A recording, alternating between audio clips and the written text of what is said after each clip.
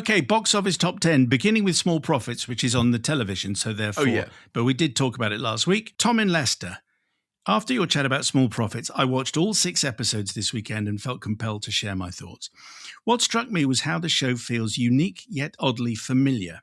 There's a touch of afterlife, maybe a hint of the Queen's nose or Bernard's watch, but really it just carries that comforting spirit of old British TV where whatever happens, a cup of tea and a chat make things all right. It was exactly what I needed. I'm in a turbulent moment with things outside my control occupying too much headspace. Small Profits was genuinely anxiety disarming, slowing the speeding traffic of my thoughts into one gentle country lane. It's never slow, the tight cast and locations are perfectly realised, and the homunculi even reminded me of Jason and the Argonauts' harpies, though far less terrifying. I'm going to start Detectorists this week with Rosie, my dog, as she recovers. Please wish her well. Do we? Okay, yes, all the best to your dog. All the best to Rosie. With Kate Dickey for Bond, and hello to Jason, Tom in Leicester. Okay. Kate Dickey for Bond is a great idea.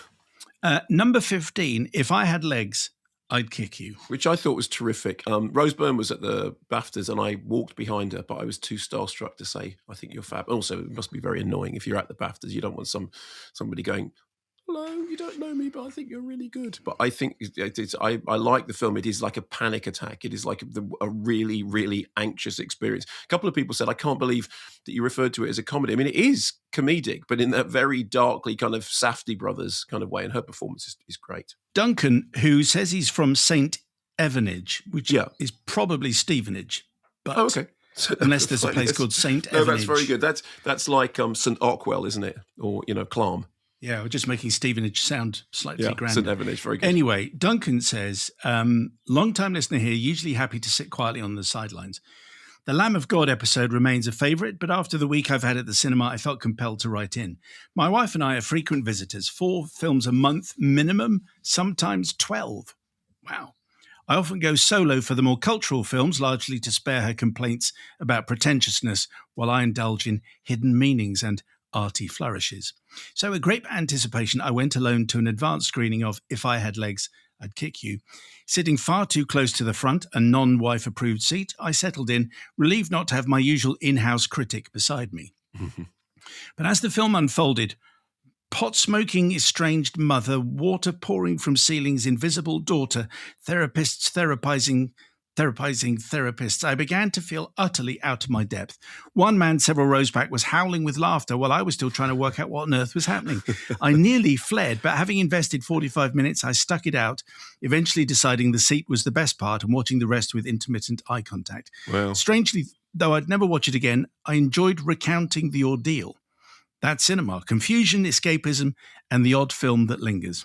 Later that week, we saw No Other Choice in IMAX, wife present, both of us grateful for Jason Statham, which is a sentence I haven't had before. Duncan from St. Evanage.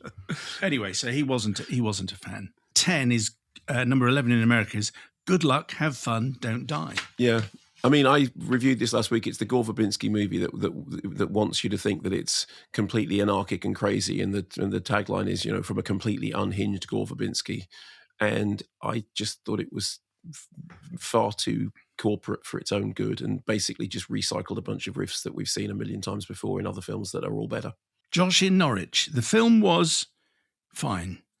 A blend of Black Mirror and Groundhog Day with a premise that could have been more interesting than the filmmakers ultimately allowed. Instead, they dropped in a generic action sequence every 20 minutes, which started to feel like pure filler. Game night remains the high watermark for the regular people racing across a city on a mysterious mission genre. My personal hill to die on arrives near the end. No spoilers. The plot revolves around a quest to upload crucial data that will save the world. Sensible enough, Sam Rockwell carries what looks like a USB stick for most of the film. But at the decisive moment, a character reaches for a cable, and it appears to be an HDMI cable, a cable used for audio and video, not data transfer. In a film about AI and cutting-edge tech, this feels unforgivable. I suspect they avoided using a USB Type-A cable because realistically, our hero would be fumbling to plug it in upside down while the world burns. Otherwise, it was fun, if flawed. Yeah. P.S. I'm sure listeners will write in to say an HDMI cable does transmit some data and you could feasibly convert one to do so. I know, but it's not what it was made or used for. And it was the wrong hawk, and he swam inappropriately. But apart from that, thanks for the info. That's very good. On that.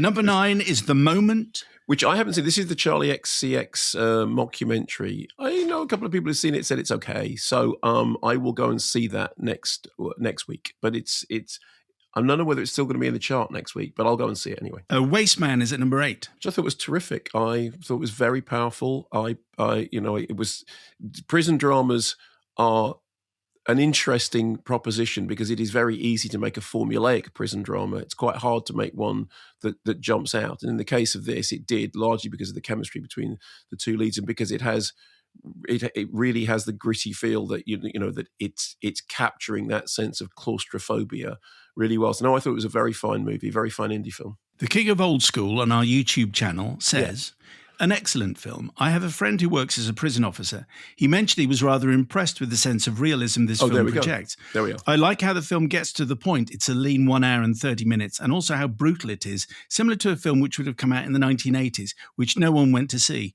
Prison films are not new in cinema, but this felt refreshing, very recommendable. There we go. Well, that's echoing exactly what I said, and I'm completely on board with that. Number 7 here, 5 in America, is Send Help. Which I enjoyed enormously. It was funny when we were talking about Scream. I said there's no sense of glee, there's no sense of joy, it just feels mechanical. Send Help is the opposite. Send Help is gleeful. And again, Sam Raimi is a great director and Kevin Williamson is no Sam Raimi. Number 6 is Cold Storage. Yeah, so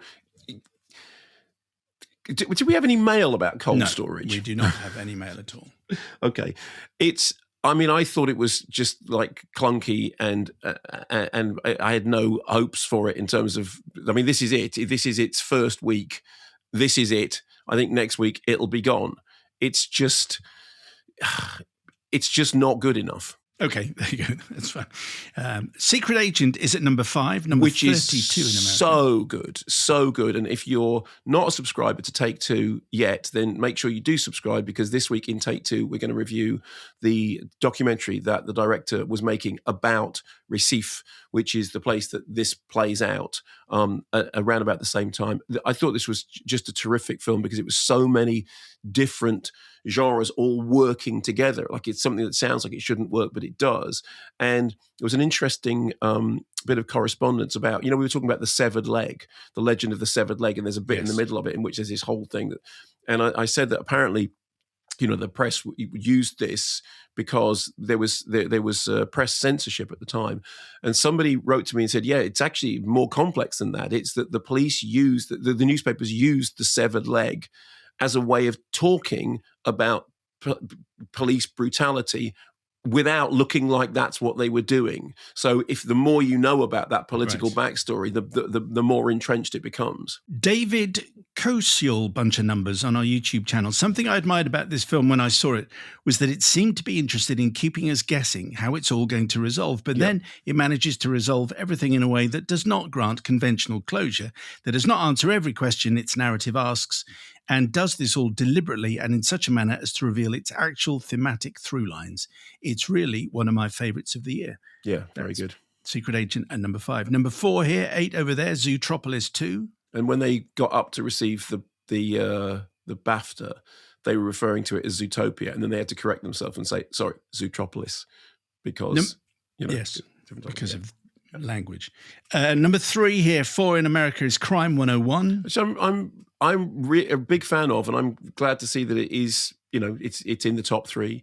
I thought it was a great heist movie. I really enjoyed it. Great performances, and it was about something. So it was using the mechanics of a heist movie to actually be about something else, which is the way in which we judge our success by material goals, which don't make any sense at all. Goat is at number 2. It's the American number 1. Yeah, I thought Goat was all right. I didn't connect with it. It's an animation, and I'm an animation fan. It was certainly not a particularly interesting animation, but And number 2 in America, number 1. Our number 1 is Wuthering Heights. Barney Robson, principal clarinet at the English National Opera. Yes. An MSc in Performance Science, says, Dear Bath and Water, long-term listener from the days when podcasts were just a twinkle in the eye and production teams weren't quite as dazzling as they are now. I enjoyed Mark's review of Wuthering Heights, although I'm unlikely to go, being roughly 43 years outside the target audience and still recovering from the post-bathing slurp in Emerald's previous offering. That said, your discussion of other adaptations reminded me of the great Bernard Herrmann and his only opera, an adaptation of the Bronte novel. Oh, okay. It was a passion project for Herrmann, who worked diligently on the piece in between film scores for 8 years, recording it in London at his own expense, but never hearing it performed publicly in his lifetime. It wasn't until April 2011, for the centenary of his birth, that Herrmann's Wuthering Heights was finally staged in full, and it is fantastic. I tracked down a second-hand box set of Herrmann's recording on vinyl, as only fragments seem to have trickled onto streaming, and even tried to persuade the powers that be to put it on. After all, it's an opera in English, but to no avail yet. Knowing you both to be fans of the genre, Mark loving the mesmerizing arpeggios in Philip Glass, can't even say Philip Glass's Akhenaten, and Simon a fully fledged opera enabler. Yes, you are an opera enabler. Perhaps the pod could launch a revival campaign. Love the show, Stephen, always will. Barney Robson from the ENO. Yeah.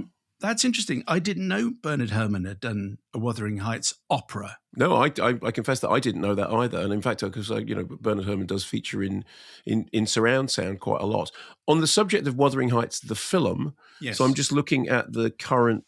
So the budget was 80 million. So the current international box office is 157 million. The usual formula is that to wash its face, a film needs to do 2.5 times its budget.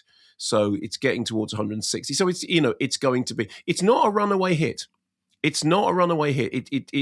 It's done okay, but it's not a smash hit. It's not a flop. It's going to succeed. It's going to take it. Like I said, it's going to do fine, but it's not a runaway hit.